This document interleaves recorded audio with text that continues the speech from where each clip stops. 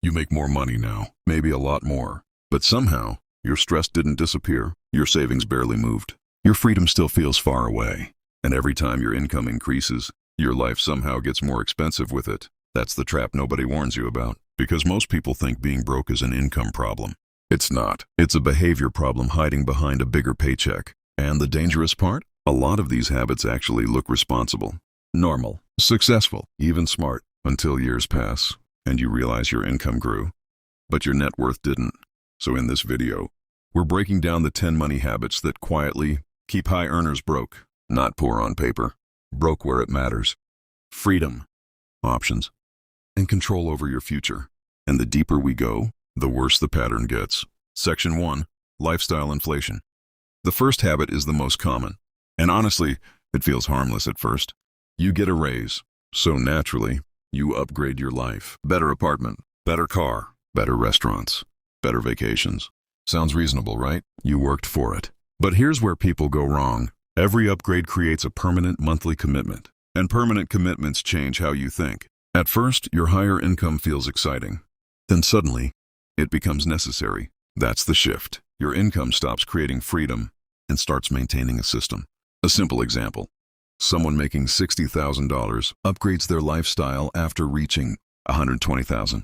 But instead of doubling their investing, they double their expenses. Now they need the higher salary just to survive the life they created. That's not wealth. That's dependency with better branding. And the dangerous part? Lifestyle inflation feels invisible while it's happening because everyone around you is doing it too. Which leads to the next mistake. Section 2, rewarding yourself too often. High earners become experts at justification. This was a stressful month. I deserve this. I work hard.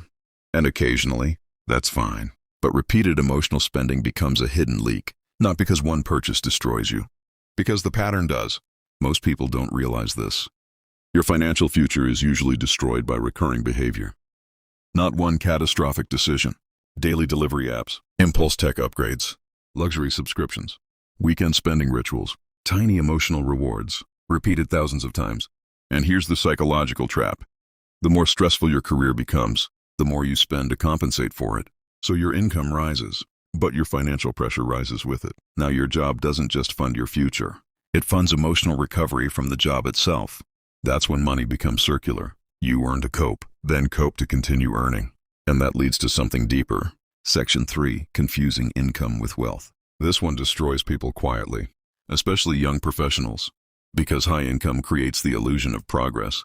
You feel successful. People assume you're successful. Your lifestyle signals success. But your actual financial position? Fragile. A person earning $250,000 with massive debt, high fixed expenses, and no investments can be financially weaker than someone earning $80,000 with low expenses and strong assets.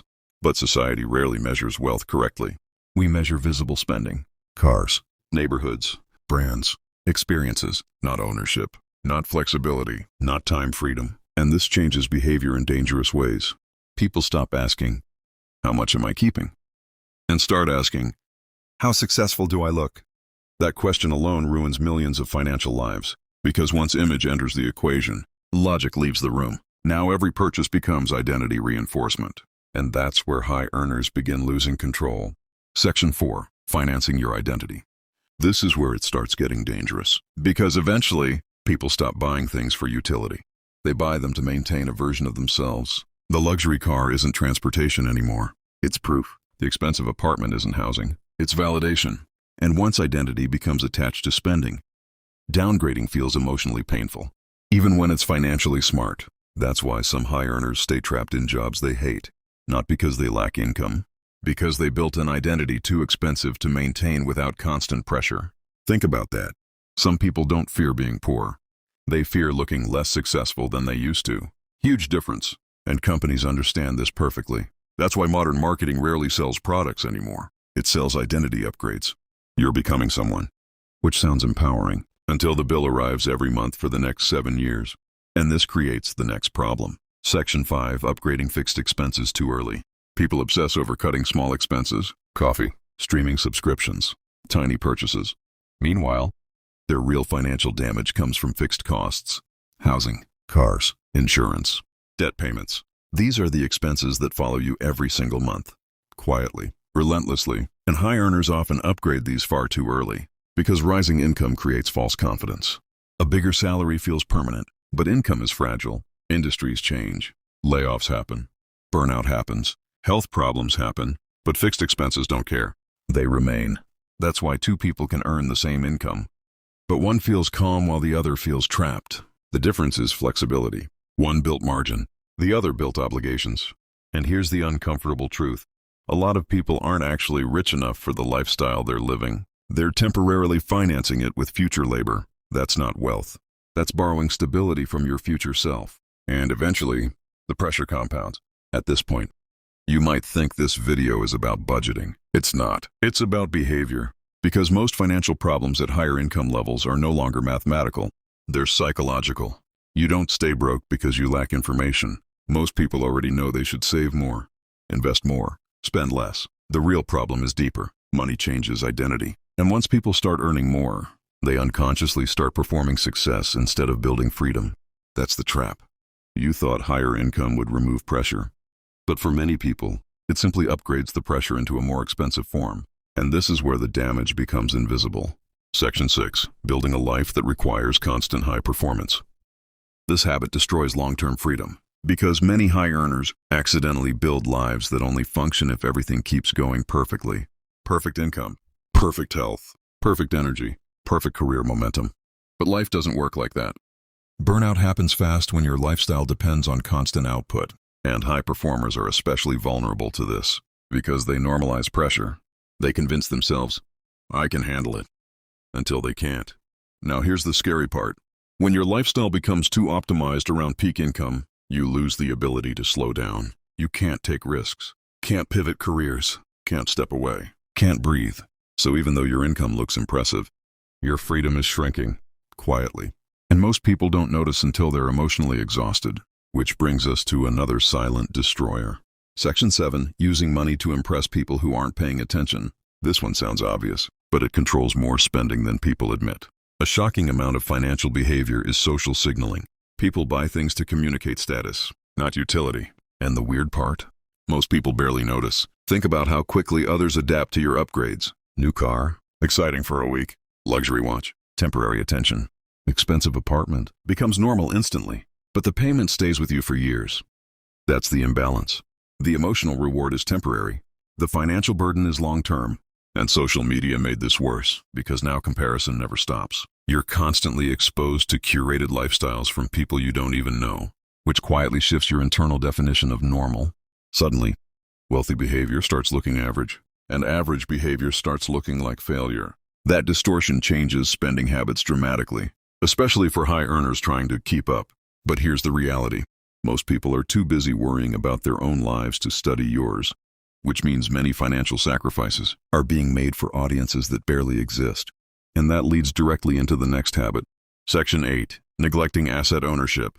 High earners often focus entirely on income. Bigger salary, better bonuses, higher commissions. But income alone rarely creates wealth. Ownership does. Assets are what eventually separate effort from income. Investments, businesses, equity, cash flow systems, things that continue working even when you stop. But many professionals delay ownership for years because their income feels strong enough already. And that's dangerous, because labor income has a ceiling. Time has limits. Energy has limits. Attention has limits.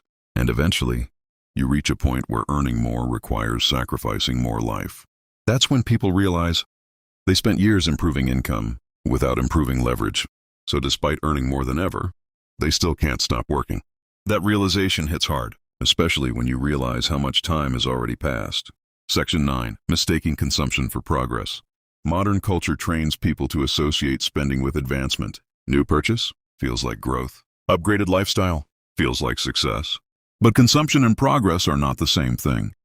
Real financial progress often feels boring. Investing consistently, living below your means, building reserves, avoiding unnecessary upgrades. None of that looks exciting online, which is exactly why most people avoid it. Because psychologically, humans want visible evidence of success. And investing is invisible for a long time.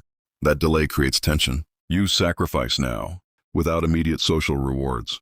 Meanwhile, consumption gives instant emotional feedback. So people unconsciously choose short-term, emotional proof over long-term financial freedom. And years later, they wonder why they still feel financially dependent despite high income. Because deep down, they optimized life for appearance, not durability. And now we arrive at the final habit, the worst one. Section 10. Building your entire life around income. This is the habit that quietly connects all the others. Eventually, many high earners stop building a life and start maintaining an economic machine. Everything revolves around earning, schedule, stress, location, identity, relationships, energy, all optimized around income production. At first, it feels ambitious. Then one day, you realize something terrifying. You increased your income dramatically, but your actual life barely improved. You're still stressed, still dependent, still afraid to stop. That's the collapse most people never expect. Because they thought money itself was the goal. But money was supposed to create options, space, flexibility, control. Instead, many people accidentally use higher income to construct a more sophisticated prison, one with nicer furniture, better lighting, and expensive subscriptions, but still a prison. And this is why some high earners secretly feel stuck despite looking successful from the outside. Because income without behavioral control creates financial illusion, not freedom. The hardest financial lesson isn't learning how to make money. It's learning how not to lose yourself once you do. Because higher income magnifies behavior. Good systems become powerful. Bad systems become expensive. And most people never notice the damage until years disappear. That's the real danger. Not looking broke. Becoming dependent on a lifestyle that quietly steals your future while convincing you you've made progress. But this still isn't the biggest trap, because some financial mistakes don't just keep people broke. They make them look successful while destroying them underneath. And that's what the next video is about. Top 10 things that look wealthy but destroy your future. Because some of the most dangerous financial decisions are the ones society rewards the most.